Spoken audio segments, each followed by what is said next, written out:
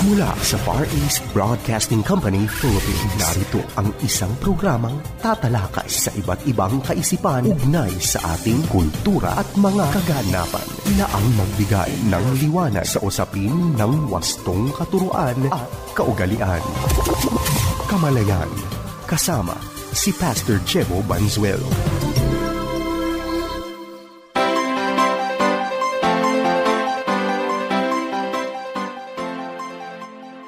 Isang mapagpala at mabiyayang araw mga kapatid. Ito nga po ang inyong lingkod, Pastor Jebo Banzuelo. At kayo po ay nakikinig sa programang Kamalayan.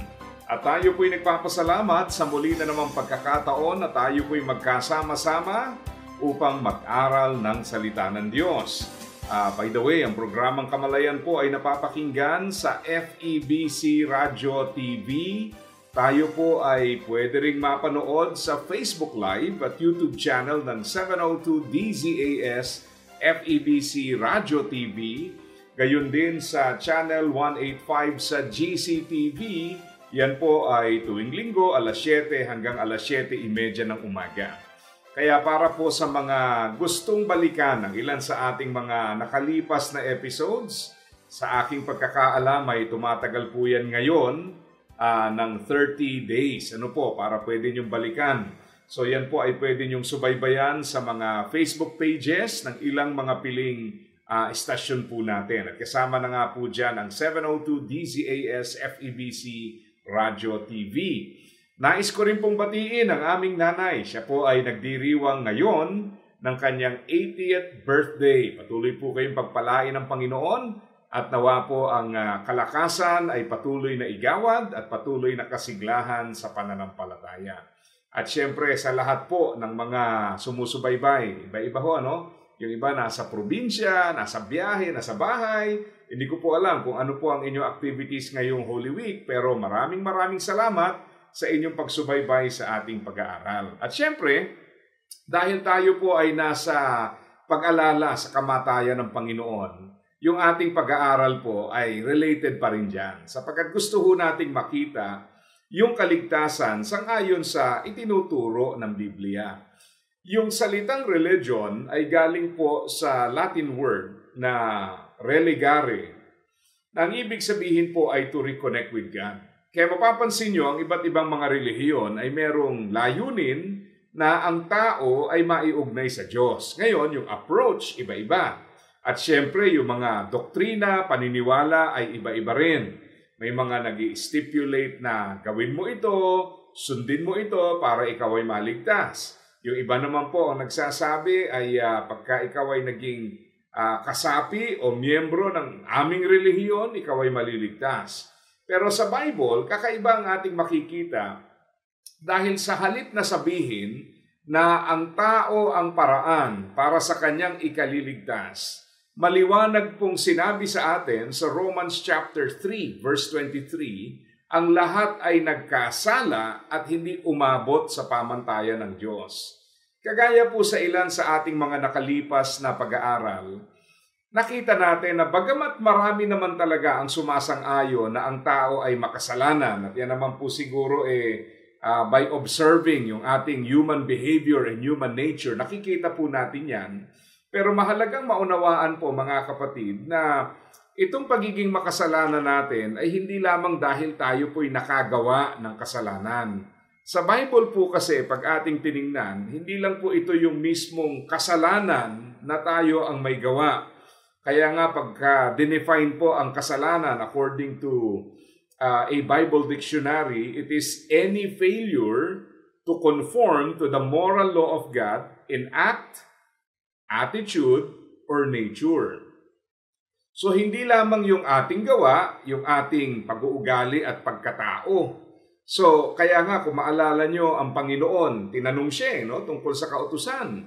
Ang akala ng iba dati, ang sinabing huwag kang papatay, pagka ikaw ay may taong pinatay at saka ka lang nagkaroon ng pag-violate doon sa utos na yon. Pero sinabi ng Panginoon, na sa isip mo pa lang ay pinatay mo na yung tao kahit hindi aktual, ganun din yun. Sinabi rin ng Panginoon, kung ikaw ay tumingin na merong mahalay na kaisipan yun din po ay pangangalunya. So, in other words, marahil sa ating pamantayan bilang tao, sinasabi nating kasalanan ang isang bagay kapag tayo po ay merong literal na ginawa. Sa Panginoon, yung pagkakaroon natin ng sinful nature o naisip pa lang natin. Bakit tayo nagkakaroon ng ganong kaisipan na gusto nating mangalunya, gusto nating pumatay? Yan ay patunay na merong mas malalim na problema. Ano po yun? Yung pinagmumula ng ating mga maling aksyon ay yung ating sinful nature. Kaya nga sa Bible, makikita natin, diretsahan na sinasabi, ang lahat ay nagkasala at hindi umabot sa kaluwalhatian ng Panginoon. Ngayon, mahalaga ring makita po natin, meron tayong tinatawag na inherited guilt. Nung nagkasala po si Eva at Adan, tayo po in effect ay napasahan ng guilt dahil siya yung ating puno. Tayo po ngayon ay nadamay doon sa kanilang pagkakasala. Kaya ang sabi sa Romans 5 verse 12, when Adam sinned, sin entered the world. Adam's sin brought death, so death spread to everyone, for everyone sinned. So mapapansin po natin, tayo pong lahat ay tinuring na makasalanan dahil sa kasalanan po ni Adan.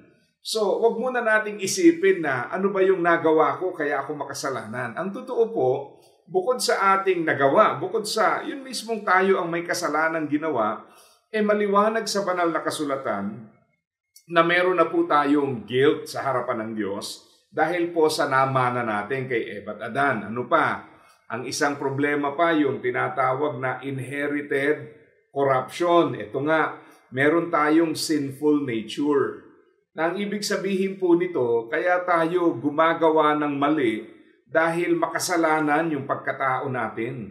Yan po ang nag-uudyok, nagtutulak sa atin na gawin ang mga bagay na sa pamantayan ng Panginoon ay hindi po katanggap-tanggap. Kaya kung papansinin niyo po, sabi nga kahit maliliit na bata, sa ibang katuruan may tinatawag silang age of accountability. Kailan ba dapat panagutin ang isang tao sa kanyang pagkakasala? Kahit po hindi tayo umabot sa age of accountability, the fact that we have a sinful nature, talagang lalabas at lalabas yung sinfulness natin dahil likas nga sa atin ang pagiging makasalanan. Talagang makikita sa ating gawa, makikita sa ating mga iniisip, sinasabi na tayo po ay merong sinful nature na taglay-taglay. Yan nga ang mabigat yan Kaya kung inaakala natin na kailangan pa nating may gawin bago tayo tawaging makasalanan, yun nga ang problema po, hindi lamang naman yung action mismo ang nagiging dahilan kung bakit tayo makasalanan. Yung kaisipan natin, sabi nga dito ni Pablo sa Romans 7:18, and I know that nothing good lives in me, that is, in my sinful nature. I want to do what is right, but I can't. Gusto niyang gawin yung tama, pero hindi niya magawa. Kasi nga, meron po tayong sinful nature. Idagdag pa natin dyan yung katotohanan na tayo po ay meron ding sariling ginawang kasalanan. Yan, hindi naman natin maiaalis yan. At palagay ko po ay wala naman sigurong tatanggi at magsasabing wala tayong kasalanan. Ang isang naging problema lang dito, kadalasan, binibigyan kasi natin ng antas yung kasalanan. Na para bang sa ating sariling sukatan, merong kasalanang magaang, may kasalanang mabigat. Well, sa totoo lang, pag tiningnan po natin kahit sa batas ng ating bansa, meron talagang kasalanan na maliit lang ang parusa. Merong kasalanang mabigat ang parusa.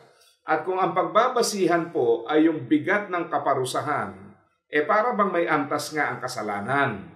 Well, sa isang banda, totoo, may antas ito, depende po sa gravity ng offense at saka ng penalty. Pero sa harapan ng Diyos, hindi mo kailangang magkaroon ng mabibigat, so to speak, na kasalanan para ideklara tayong makasalanan. Sapagkat maliwanag po na lahat nga ay nagkasala at hindi umabot sa pamantayan ng Diyos. Gustong-gusto ko yung paliwanag na nagsasabi na yung 99%, 90%, 50%, 30%, 20%, 10%, pare-pareha siyang hindi umabot sa 100%. Kaya kung ia-apply natin sa kaugnayan natin sa Diyos, mga kapatid, kahit na siguro sabihin natin na 90% ang kabaitan mo at kung iahambing ka sa may kabaitan na 50% ay di hamak na malayo ang iyong narating. Kaya lang, ito nga ang mabigat yan. Kahit po na mas mataas ang tingin natin sa ating kabutihan, ang reality sa harapan ng Diyos, hindi pa rin tayo umabot sa pamantayan. Kaya nga yung Romans 3:23, napakahalagang talata niyan. Kasi ang problema kung bakit marami po ang hindi kumikilala sa Panginoon ay hindi inaamin, hindi nakikita yung pagiging makasalanan. At bakit? Kasi nga gumagawa ng sariling pamantayan. Minsan po, hindi alam yung pamantayan ng Diyos, di ba? Sa Mark chapter 7:7-9, tingnan natin itong passage na ito. Kaya ko babanggitin ito dahil alam nyo, may mga ginagawa ang tao na sa akala niya ay katanggap-tanggap sa Diyos, yun pala sa harapan ng Panginoon ay hindi. So, tingnan natin ang sabi.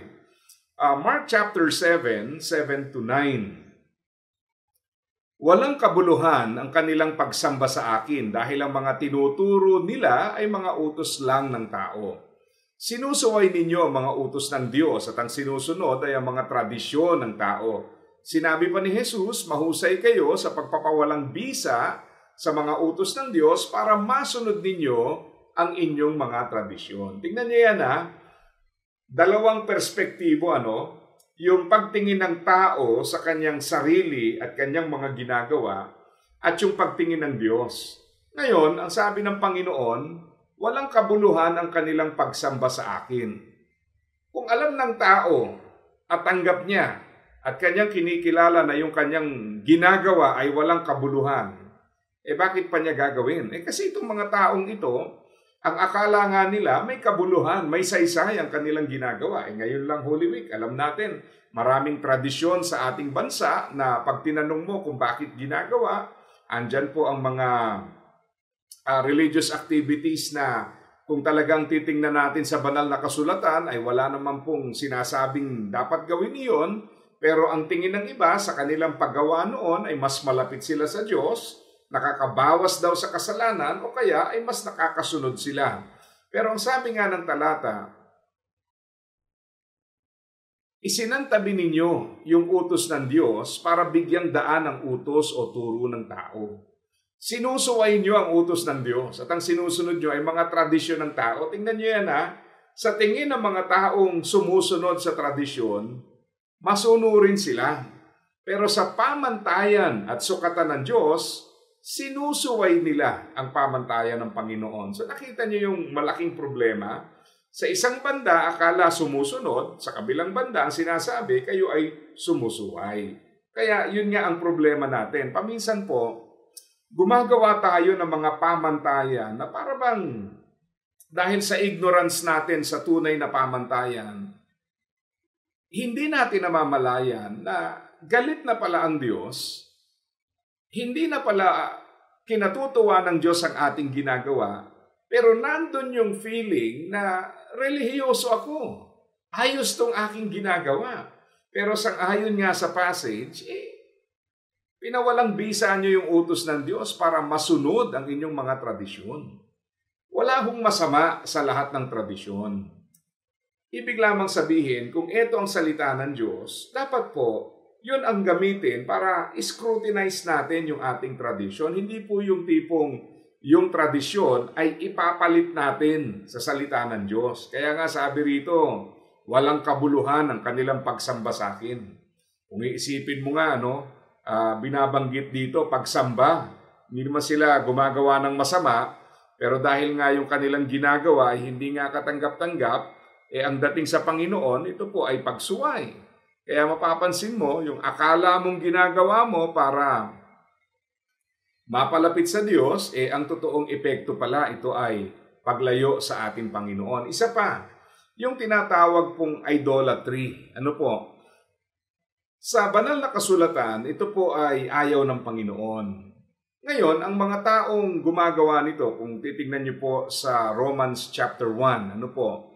pinapakita sa atin na ito po ay inilista kasama sa mga kasalanan. Binabanggit din yan sa Galatians chapter 5, verse 19 to 21 bilang gawa ng kasalanan. Kalahin mo, no? Ang taong gumagawa nito ay hindi nag-iisip na sa kanyang paggawa ay nagkakasala siya. Ang sa kanyang pananaw na ginagawa niya ito ay dahil gusto niyang mapalapit sa Diyos. Gusto niyang malugod ang Diyos. Gusto niyang sambahin ang Panginoon. Pero ang reality ay kabaliktaran pala ang epekto. Kaya nga nilabel ito as rebellion o kasalanan. Bakit po? Bakit nga namang hindi tatawaging rebellion? Pakinggan niyo maigi. Ang rebellion po ay sa halip na sundin at gawin ang kalooban ng Diyos, ang tao pinipilit yung sarili niyang paraan. Kaya nga naikategorya po bilang parte ng rebellion itong idolatry. Bakit? Sa halip na sambahin ang Panginoon sa paraang gusto niya. Ang ginawa ho ng tao, gusto kitang sambahin pero sa paraang gusto ko. Kaya nga sabi sa Mark 7:7-9, isinantabi yung pong utos ng Diyos para bigyang daan yung tradisyon ng tao. Kaya ito ho ang isang problema. Kaya maraming tao nagkakaroon ng false sense of spirituality. Akala mo spiritual ka dahil ginagawa mo mga religious activities. Pero mga kapatid, maaaring nandun ang feeling na ikaw ay religious because of your quote-unquote religious activities. Pero kung ito naman ay hindi tumatalima sa sinasabi ng Panginoon, mas lalo po tayong kinamumuhian. Kaya nga sabi ng Panginoon, ang papuri at pagsambang ginagawa ninyo ay walang kabuluhan. Naalala ko nung araw, no? Ewan ko kung meron pa nito ngayon. Usong-uso dati, yung mga videoke sa mga mall na meron pang score. No? Alam ko ngayon may mga videoke pa rin, pero wala na yata yung may score. No?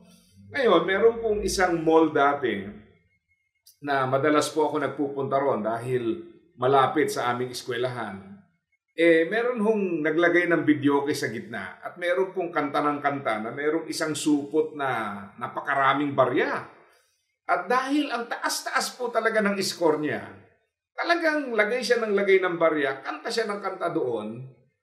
Ngayon, alam naman natin na hindi accurate, di ba? Ang sabi ng iba, pag nilapit mo daw yung bibig mo o maganda yung timing mo, kahit sintonado ka, tataas yung score mo. So, hindi ko alam. Pero ang bottom line, hindi ho kagandahan yung kanyang pag-awit. Hindi perfecto, sa madaling sabi, pero yung score laging perfect. 100 o kaya kung bumaba man, 98, 99, talagang gaganahan ka nga namang kumanta. So, dahil sa tingin niya ay okay na okay, talagang yung iba hong nakapila para kumanta, hindi na nagkaroon ng pagkakataon. Bakit? Imagine mo, isang supot na barya yung daladala.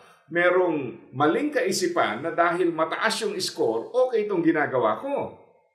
Pero yun nga, kung pakikinggan mo, hindi naman po kagandahan. Ngayon, kaya ko po nasabi yan, dahil ganyan ang tao Minsan nagre-rely tayo sa feeling natin, na dahil feeling natin napaka-spiritual ng ating ginagawa, okay na okay ito sa harapan ng Diyos. Feeling natin okay na okay yung ating mga ginagawa. Pero, kung titingnan natin ang pamantayan ng Panginoon, napakaliwanag po na hindi talaga okay. Kaya nga, napaka-importante na tingnan natin ang sinasabi ng Biblia, ano ba yung pinagagawa, ano yung pinagbabawal, ano yung hindi dapat, para hindi po tayo magkasala sa harapan ng Diyos. Kaya nga mga kapatid, yan ang isang babantayan. Kung tingin mo, okay ka, ang sabi ng Romans 3:23, lahat nagkasala, hindi umabot sa pamantayan ng Diyos. Yun ang maliwanag. At sabi nga ng Mark 7:7-9, ang papuri at pagsambang ginagawa nila ay walang kabuluhan. Ibig sabihin, kung akala natin na naluluwalhati natin siya sa mga ganitong tradisyon, nagkakamali ho tayo. Tingnan natin, balikan natin ang sinabi sa Biblia para sa ganoon yung ating mga ginagawa, maganda man sa pakiramdam, maging maliwanag sa atin na kahit maganda sa pakiramdam, kung hindi tama, yung inaakala nating epekto nito na napapalapit tayo sa Diyos, hindi naman pala ganoon ang nangyayari. Sa halip, lalo pa tayo nagkakasala sa Panginoon. Tingnan nyo Ang sabi ho rito sa Romans chapter 1, okay? Verse 23 at mga sumusunod. Sapagkat pinagpalit nila ang dakila at walang kamatayang Diyos sa mga Diyos-Diyosang anyong tao na may kamatayan, mga ibon, mga hayop na may 4 na paa, at mga hayop na nagsisigapang. Kaya hinayaan na lang sila ng Diyos sa maruruming hangarin ng kanilang puso, hanggang sa gumawa sila ng kahalayan at kahiyahiyang mga bagay sa isa't isa. Tingnan niyo po yun, sinasabi ho ng talata na hinayaan na lang sila sa maruruming hangarin ng kanilang puso. Kasi nga, sa halip na alamin, tuklasin, at hindi naman mahirap matuklasan dahil maliwanag ng sinasabi sa Biblia, yan pa ang problema, talagang tahasang gumawa ng mga Diyos-Diyosan. So, kung akala mo dahil feeling spiritual, dahil tingin mo yung ginagawa mo is something religious, well, you have to evaluate, check kung ito ba ay talagang ayon sa kalooban ng Panginoon. Pero ito ang kagandahan. Kaya nga pinadala si Jesus dahil kung ang tingin mo ay kaya mong iligtas ang sarili mo, ang sinasabi ng Panginoon, hindi mo kaya. Kaya eto si Jesus. Galatians 2:21. Ang essence po ng sinasabi ron, kung kaya naman palang masunod ang kautusan at maligtas pamagitan niyan, walang saysay ang pagpapadala kay Kristo. Kung ang tingin mo naman masyado ka ng masama para maligtas, nagkakamali rin tayo dahil maliwanag sa banal na kasulatan na hindi tayo pwedeng ituring na walang pag-asa hanggat nasa buhay na ito dahil ang kaligtasan ay hindi nakabase sa ating magagawa para sa Diyos. Ito po'y nakabase sa ginawa at inalay ni Kristo para sa atin. Kaya itong panahon ng Holy Week ay pag-alala po sa ginawa ni Kristo. Hindi para gunitain ang isang bagay na tapos na at wala ng epekto sa kasalukuyan, kundi isang bagay na tapos na pero may epekto pa rin sa kasalukuyan. Hindi ho para sa lansangin ng Diyos na para bang tinubos niya nga ang ating kasalanan, pero eto tayo ngayon nagsasabing ayokong tanggapin yung bayad mo, gagawa ko ng sariling paraan. Dahil ganyan po ang epekto pag ang tao ay gumagawa ng sariling kaparaanan para maging banal sa harapan ng Diyos. Kaya pinadala si Kristo, hindi natin kaya. Siya lamang ang bukod tanging daan sa ating kaligtasan. Kaya napakaganda ng sinasabi ng 2 Corinthians chapter 5. Dito sa verse 21. At ito po ang pinaka-essence. Bakit namatay si Kristo? Kailanmay hindi nagkasala si Kristo, ngunit alang-alang sa atin, itinuring siyang makasalanan para sa pamamagitan niya ay maituring tayong matuwid ng Diyos. Sana po ang ating pag-aaral na ito ay naging makabuluhan para sa inyo, maging kalakasang espiritual at pagtatama marahil sa ating mga maling kaisipan. So ito po ang programang Kamalayan na napapakinggan sa FEBC Radio TV. Tayo po ay napapanood din sa Facebook Live at YouTube channel ng 702 DZAS FEBC Radio TV, gayon din sa Channel 185 sa GCTV.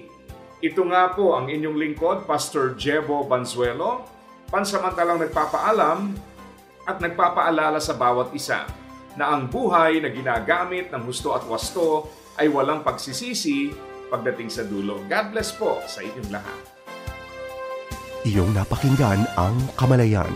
Para sa iyong mga tanong, komento at suhestyon, mangyaring bumisita sa ating Facebook fanpage, Kamalayan FEBC, o mag-email sa kamalayan@dzas.febc.ph.